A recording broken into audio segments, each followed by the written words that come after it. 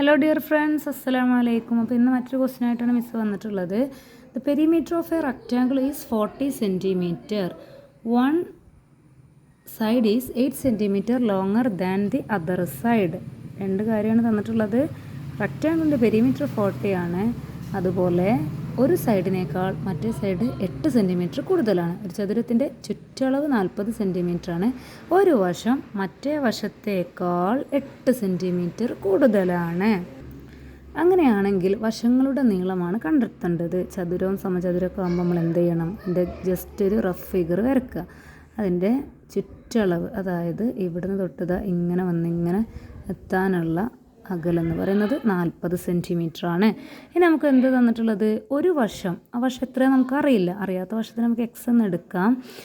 ഒരു വശത്തേക്കാൾ 8 സെൻറ്റിമീറ്റർ കൂടുതലാണ്. അടുത്ത വശം എന്ന് പറയുമ്പോൾ കൂടുതലാണെന്ന് പറയുമ്പോൾ പ്ലസ് ആണ് എഴുതേണ്ടത്.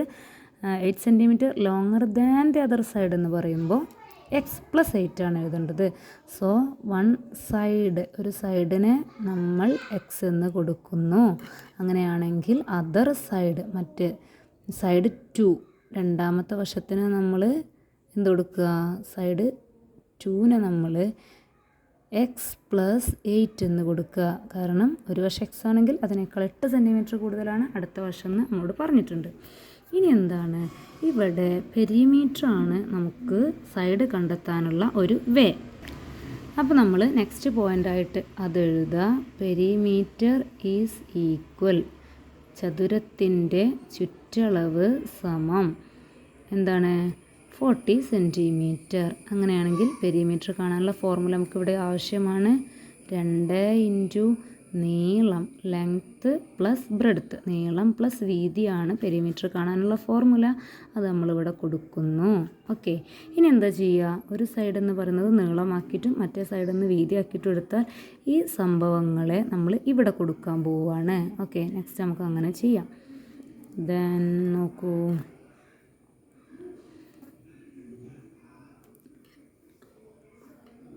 നമ്മൾ ഈ ഫിഗർ ഒന്ന് ഇറേസ് ചെയ്യാണ്.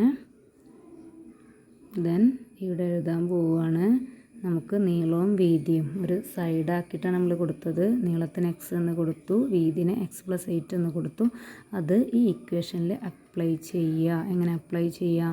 2 ഇൻറ്റു എക്സ്, നീളത്തിന് എക്സ് എന്ന് കൊടുത്തു, പ്ലസ് രണ്ടാമത്തെ വശം ബ്രെഡ്ത്തായിരിക്കും, എക്സ് പ്ലസ് 8 എന്ന് കൊടുക്കുക, ഈസ് ഈക്വൽ 40.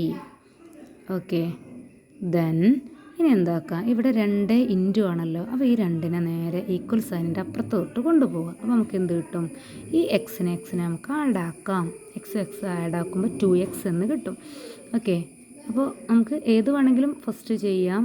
എക്സ് പ്ലസ് 8 ബ്രാക്കറ്റിൻ്റെ ഉള്ളിലുള്ളത് അങ്ങനെ തന്നെ എഴുതി. ഇവിടെയുള്ള 2നെ ഞാൻ അങ്ങോട്ട് കൊണ്ടുപോവാണ്. അങ്ങോട്ട് കൊണ്ടുപോകുമ്പോൾ ഇവിടെ ആരും വിചാരിക്കരുത് ഇവിടെ 2ൻ്റെ സൈന് പ്ലസ് അല്ലേ, അപ്പോൾ അങ്ങോട്ട് മൈനസാണെന്ന് വിചാരിക്കരുത്. അതിനേക്കാൾ അഡീഷനേക്കാൾ മുമ്പ് ചെയ്യേണ്ട ഒരു കാര്യം മൾട്ടിപ്ലിക്കേഷനാണ്. ഇവിടെ 2 ഇൻറ്റു ഉണ്ട്, അപ്പോൾ അത് അങ്ങോട്ട് പോകുമ്പോൾ ഡിവൈഡ് ആകും, 40/2 എന്നാവും.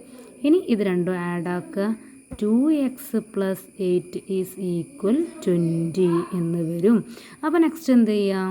ഈ 8നെ പ്ലസ് 8നെ അങ്ങോട്ട് കൊണ്ടുപോവുക. അത് -8 ആകും. അപ്പോൾ നമുക്ക് ആദ്യം ഇവിടെ ഉള്ളത് 2x ആണ്. 2x ഈക്വൽ 20 മൈനസ് 8 എന്ന് വരും.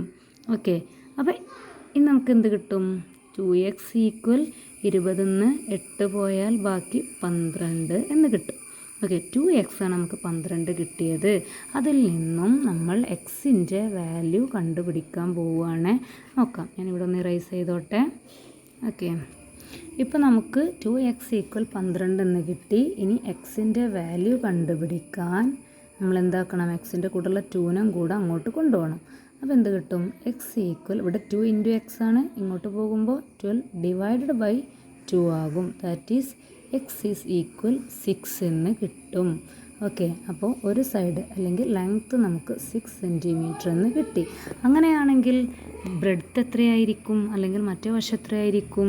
ഇവിടെ ഈ എക്സിന് പകരം 6 കൊടുക്കുക. അപ്പോൾ നമുക്ക് 6 പ്ലസ് 8 എന്ന് കിട്ടും. 6 പ്ലസ് 8 എത്രയാണ്? 8. 6 പ്ലസ് 8 ഈസ് ഈക്വൽ 14 സെൻറ്റിമീറ്റർ എന്ന് കിട്ടും. അങ്ങനെ രണ്ട് വശവും നമുക്ക് കിട്ടി. ഓക്കെ.